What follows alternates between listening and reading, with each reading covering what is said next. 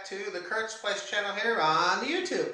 This is going to be another Let's Talk Shop video. This time we're going to be talking about first aid in the workshop and how to take care of cuts and things that you have in your workshop. Okay, this is just going to give you some ideas about how to handle different cuts and things you have. You know, how to remove splinters and things like that, and other things that might help you in your workshop to keep cuts and things from getting worse than they already are, okay? I want to mention that if you want to go ahead and click that subscribe button, feel free to do so. That way you can keep up with all my current videos. And as always, if you like what you see, go ahead and click that like button as well. And if you have any questions or comments, feel free to leave those in the comment windows below, okay?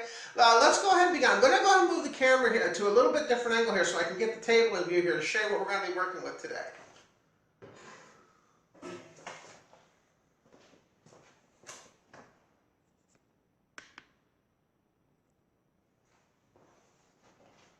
Okay, what I was going to mention is that in the workshop, I usually like to keep a little first aid kit in my workshop or close by. Now, these are the things that I have in my workshop kit. Now, what you have, of course, may vary depending on what you have available in your area as well. But this is what I like to keep in mind. Okay, first one I have is I have 91% isopropyl alcohol. Okay, I like to keep a bottle of New Skin liquid bandage. Okay. I like to keep a little pack of gauze, like I have here. I also like to keep a pair of scissors, okay? I keep a pair of tweezers, as I have here. And I also like to keep a little pack of Band-Aids. I have different size Band-Aids. I have large Band-Aids, and I have small Band-Aids here, okay? Now this basically is what consists of my first aid kit. Now I'm going to tell you the reasons why it's important. Also, I want to mention too, I also keep a roll of masking tape in there as well, okay? Now I'm going to mention to you some of the ways to treat different cuts and things that you might have, okay? I'm going to go ahead and start. We're going to go ahead and start with a cut you might get on your finger, okay? Okay, let me move these out of the way so you can see what I'm doing here, okay? Okay, let me grab one thing.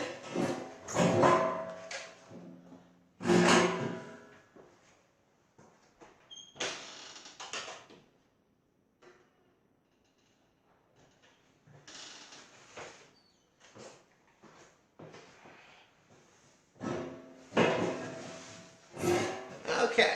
Now, I want to mention too, I usually like to keep napkins as well, or paper towels in the kit as well.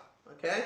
Now we're going to talk about the first type of cut that you're going to get. Now, the thing to keep in mind in the workshop is, one of the things that's very important to keep in mind with the workshop is when you're in the workshop, because of the materials that you're working with, you know, you're working with metals, you're working with plastics, you know, you're working with woods.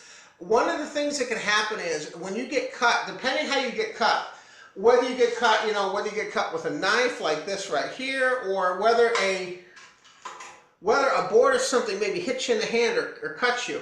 One of the things that can happen is you can actually get, when you treat a cut in the workshop, you have to remember, it's not just a regular cut. You may actually have shavings and debris and things in here from the material that you were working with. So one of the things that's very important in the workshop, when you get a cut, you have to treat that cut properly. It needs to be taken more serious in a workshop.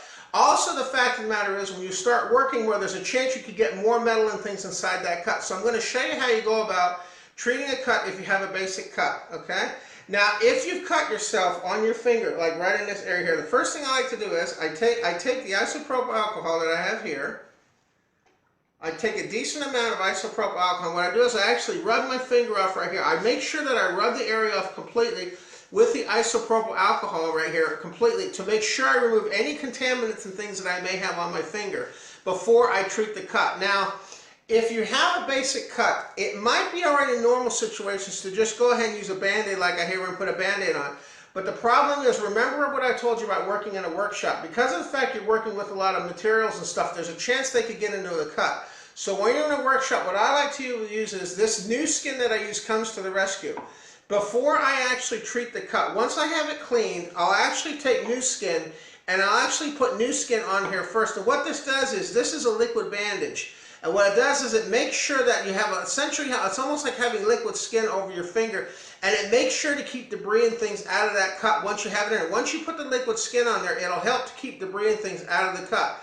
And then and once you have that in place, then I usually put a Band-Aid on as well. And that way I get total protection from getting any debris and everything in there as well. Now, the thing to keep in mind is there's different ways. If, for example, you're working in the workshop and you get a splinter, maybe you're working with metal and you get a splinter in here, okay? There's different ways to remove splinters as well. Now, it's basically the same as I showed before. What you want to do is you want to take your isopropyl alcohol, you want to go ahead and clean the wound, okay, that you have where the splinter is. And what I usually like to do is I usually like to use a light, and I like to, if it's a wood splinter a lot of times, you can actually use a pair of tweezers and use a magnifying glass and a light, and you can actually go ahead and you can see it. You can usually remove splinters with a pair of tweezers if they're wood, okay? Now the other option you have is, if, for example, you're working with metals and you get a little piece of metal filings, a piece of metal in your finger, like a little piece, you know, if you're filing something, that's going to require, that might require another option in addition to what these are. And now, if you use your tweezers and you can't get it out with your tweezers, there's another thing you can do. I've actually used a magnet before, where I actually have a magnet and I've actually used it to remove splinters. But the other thing you can do too is, if you remember I showed you the masking tape that we had in here, you can actually take masking tape. Now remember, this is after the cut's been cleaned, and sometimes if you take your masking tape and you go like this, sometimes that's going to be enough to get that splinter out, so that'll remove the splinter. And then once the splinter's out, then you're going to go ahead and treat it with the new skin, and then depending on the size of the cut, you may or may not need to use a Band-Aid. It just depends on the size of the cut. Now, if you have a larger cut, for example, if you have a little longer cut like a scrape, okay, a longer cut, new skin by itself may not be enough to necessarily stop it from bleeding. So what I suggest you do is, I take the gauze that I have, okay, and if you remember I have a pair of scissors in my kit as well. What I will do is I will actually take a piece of gauze and I'll actually cut this gauze, okay. Now, for example, if this is where my cut was and it was longer here, what I would do is I would take this gauze, make a little patch like this right here. That's basically the size of the wound. Put this on the wound that I have, like this, okay? Put that on the wound that I have, okay? And then what I would proceed to do is I would proceed to take the new skin and apply the new skin on here. What that would do is that new skin then would essentially form a bridge, and use the patch, use the gauze like a patch, and then essentially saturate this with new skin, and then hold this in place. And what that will do is that will give you a wider surface for healing. It'll make sure that that cut's protected. If the cut's a little bit too wide for the new skin to seal by itself, then you want to go ahead and use the gauze method that I showed you. And I find that this works pretty good. I've used it a couple times in the workshop and it's done really well.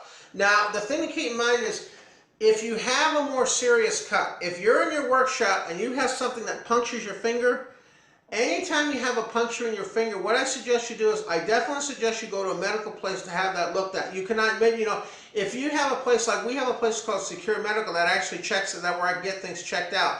Because what can happen is, if you get metal inside your finger or you get wood inside you don't know about, that can potentially cause additional problems. So anytime you have like a deep cut or anything like that, for anytime you have a cut that's real deep, deeper than this, a lot of times the new skin won't be enough. You'll actually have to go to the doctor and have the doctor maybe put a stitch or two in there to repair it. Because the thing to keep in mind is, even though a cut might look minor, especially if it's a deep cut, like if you puncture yourself with a drill bit or something inside your finger, that's something I would definitely go to a doctor to have it checked out and have it fixed, because you want to make sure that you don't have any infection or anything inside, any debris or anything inside it. And also keep in mind, if it's a more serious cut, the chances for infection might be increased more. So internally, you may have more chance of getting an infection internally.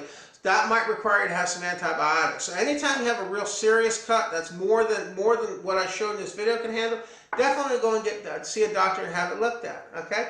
So this just basically shows you a basic first aid you can do in your workshop. And I wanted to mention that if you want to know the type of clothing and everything you can wear to help minimize cuts you have when you're in the workshop, if you go to my Let's Talk Shop Safety video, that will show you the type of clothing that I wear when I work in my workshop to try to minimize cuts and things on my arms and my legs and things as well, okay? Now, as always, I wanted to thank you, by the way, for tuning into the Kurt's Place channel here on the YouTube. And as always, if you have any questions or comments, feel free to leave those in the comment windows below. And as always, I want to thank you again for watching, and I hope you all have a great day, and take care now.